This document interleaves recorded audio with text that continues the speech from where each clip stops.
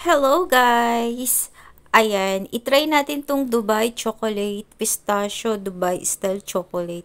So, itry natin guys. So, binili ko lang siya dito sa sa TikTok shop.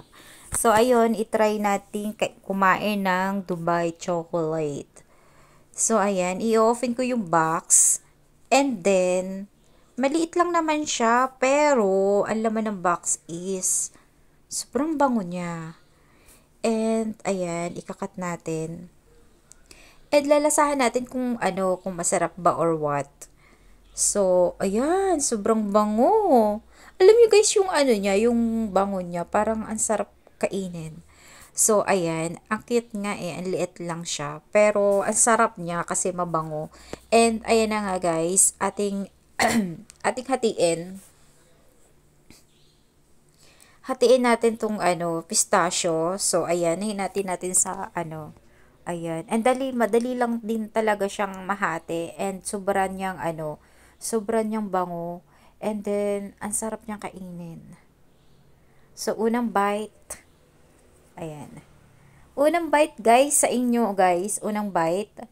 So, eto na nga. Eto na ang for the truth. Ayan. Napakunot yung noo ko. Sobrang sarap niya. Guys, kung kayo ay diabetic and gusto nyo kumain ng chocolate, marerecommend ko tong Dubai chocolate na to guys, pistachio.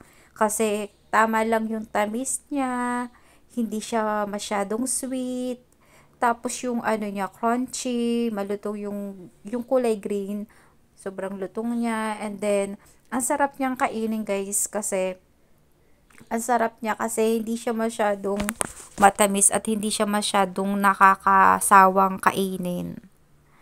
So, if you want guys na gusto nyong matikman ang pistachio guys, so ilagay natin sa ating yellow basket at pwede kayong bumili dito sa aking yellow basket. Ayan, kain po tayo.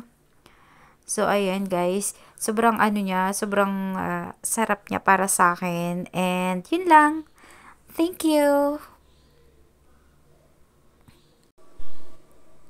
O, ba diba?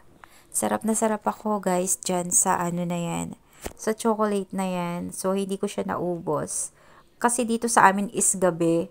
So, hindi ko siya ubusin ngayong gabi kasi nga, syempre gabi, bawal kumain ng mas maraming chocolate sa gabi.